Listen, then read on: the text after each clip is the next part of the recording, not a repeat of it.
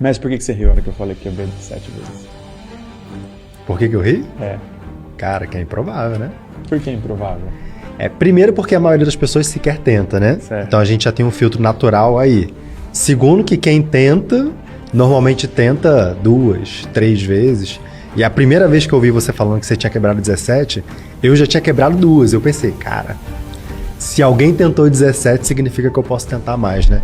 E isso, de certa forma, ligou a chama do otimismo ali em mim, né? Legal. Então, pra mim, foi um ponto muito importante por conta disso. Eu te achei muito resiliente. Eu queria ser mais resiliente, né? E aquilo pra mim foi... Engraçado que eu não me considero um cara resiliente. Sabe por que eu quebrei 17 vezes? Porque eu não passava muito tempo tentando a mesma coisa. Eu acho um professor resiliente, um médico resiliente. Por quê? O cara fica dando errado várias vezes na mesma coisa. Dá o final de ano, ele não viaja, não dá o presente que o filho pediu, dá um outro presente, conta uma história de que foi o Papai Noel que deu. Aquela enganação, e muitas vezes isso só revela a própria auto-enganação, e ele vai encontrando forças para permanecer naquilo.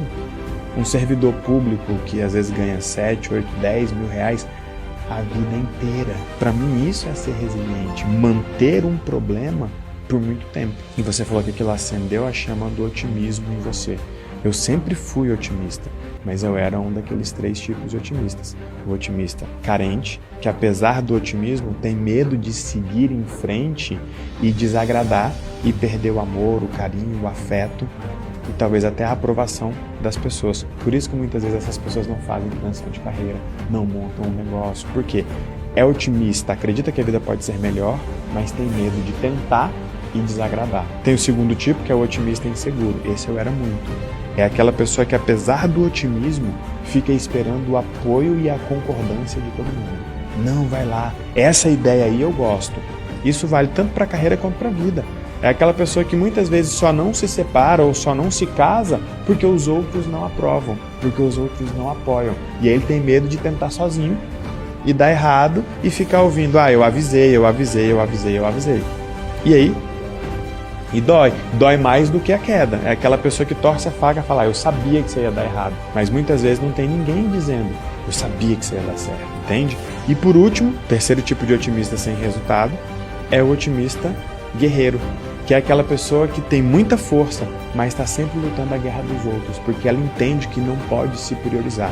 Se ela se priorizar, ela vai ser tida como egoísta, como materialista, como sacana, como traíra. Porque na nossa vida, a gente sempre foi ajudado em uma parte da nossa vida.